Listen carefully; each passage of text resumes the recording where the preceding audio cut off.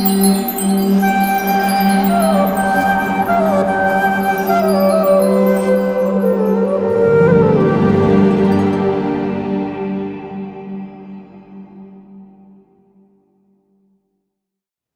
Krishna.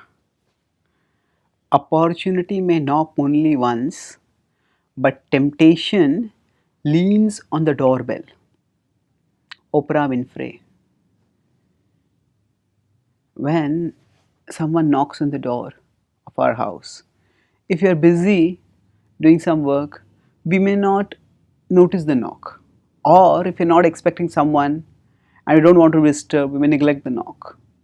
Or the person who is knocking, if we see through our peephole, through a security window, and find that person looks unfamiliar, not very respectable, we may decide to neglect that knock. And then that person may just go away. And if that person, after knocking once or twice, if doesn't stay and goes away, then it's easy to neglect that person. But suppose a person comes and starts not just knocking, but ringing the doorbell, not just ringing the doorbell, leaning on the doorbell. That means they're putting their weight on the doorbell and it's lying. So then the doorbell just keeps ringing continuously. When somebody rings like that, then it's almost impossible to neglect. The noise is so overpowering that we just have to do something about it, to go and open the door. What do you want? So if we consider our consciousness to be like our house in which we live, then the door of the consciousness is the stimuli that come from the outer world to us. So it is said opportunity knocks only once. That means when opportunities come, they don't keep coming repeatedly. If the opportunities come, we need to grab it with both hands. We need to just move forwards and do all that we can with that opportunity. But here, taking that theme, it says temptation. When it comes, temptation actually, thought comes and it comes again, and just keeps coming again and again and again. It keeps forcefully, insistently demanding, come on, do this, enjoy this, watch this, touch this. And as it keeps ringing again and again, propositioning, whispering, suggesting, screaming, yelling, it becomes almost impossible to neglect it. And just as an insistent visitor will open the door, sometimes we open the door of our consciousness temptation not because it is so irresistible, but because it is so insistent.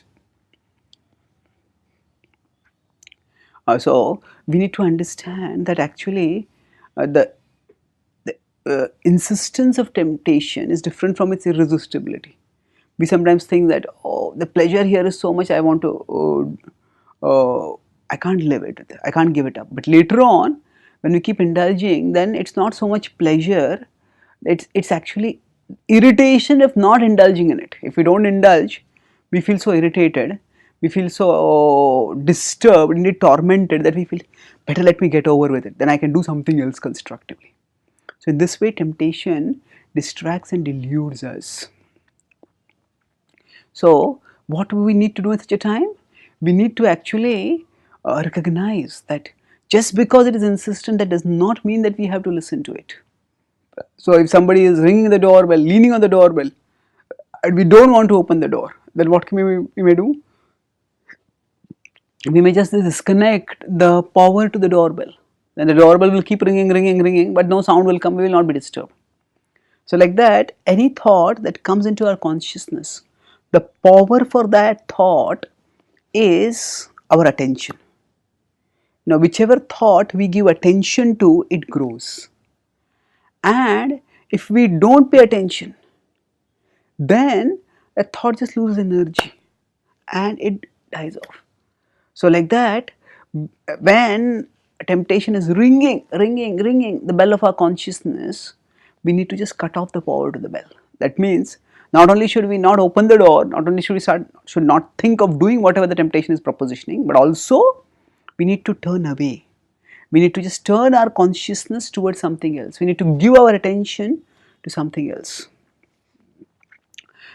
Now, when we give that attention to something else, then we become absorbed in that, and whatever we give attention to, that thought grows, and as we become constructively engaged in something else, then the energy for that tempting option, it just decreases, it goes off.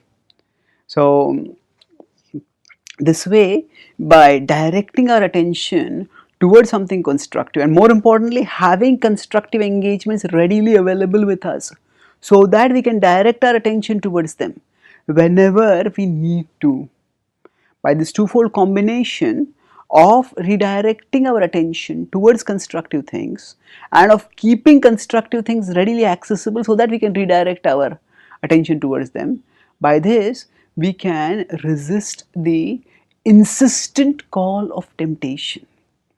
And Gita wisdom explains that the most protective, the most productive engagement for our consciousness is directing it towards the all attractive, all powerful, all pure, supreme God, Krishna, whose parts we are eternally.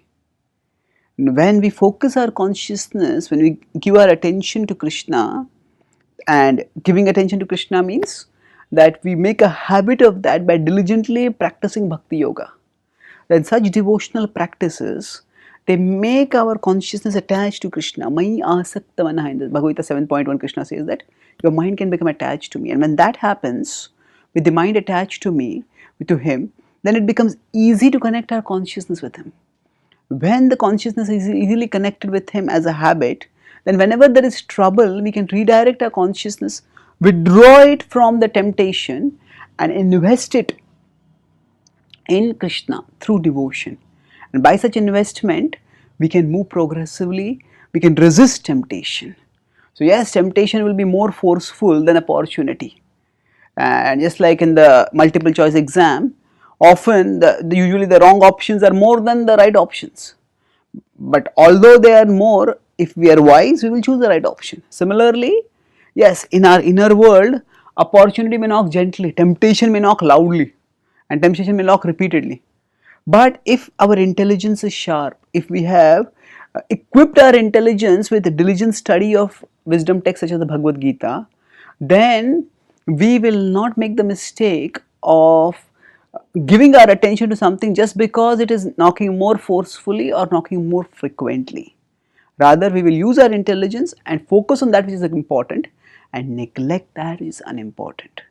So rather than being disheartened because temptation is knocking so loudly, we can just understand that because in the past we have indulged in temptation far more than tapping opportunities. That's why our consciousness is directed that way. That's why that temptation is ringing so loudly. But we can disempower it and we can disconnect from it, and by giving our attention to constructive things, to Krishna, we can decrease the volume of temptation and turn off the sound. And just as a person who does not get any response after repeated knocking, after repeated ringing goes away, gradually temptation will also slink away from our consciousness. Thank you. Hare Krishna.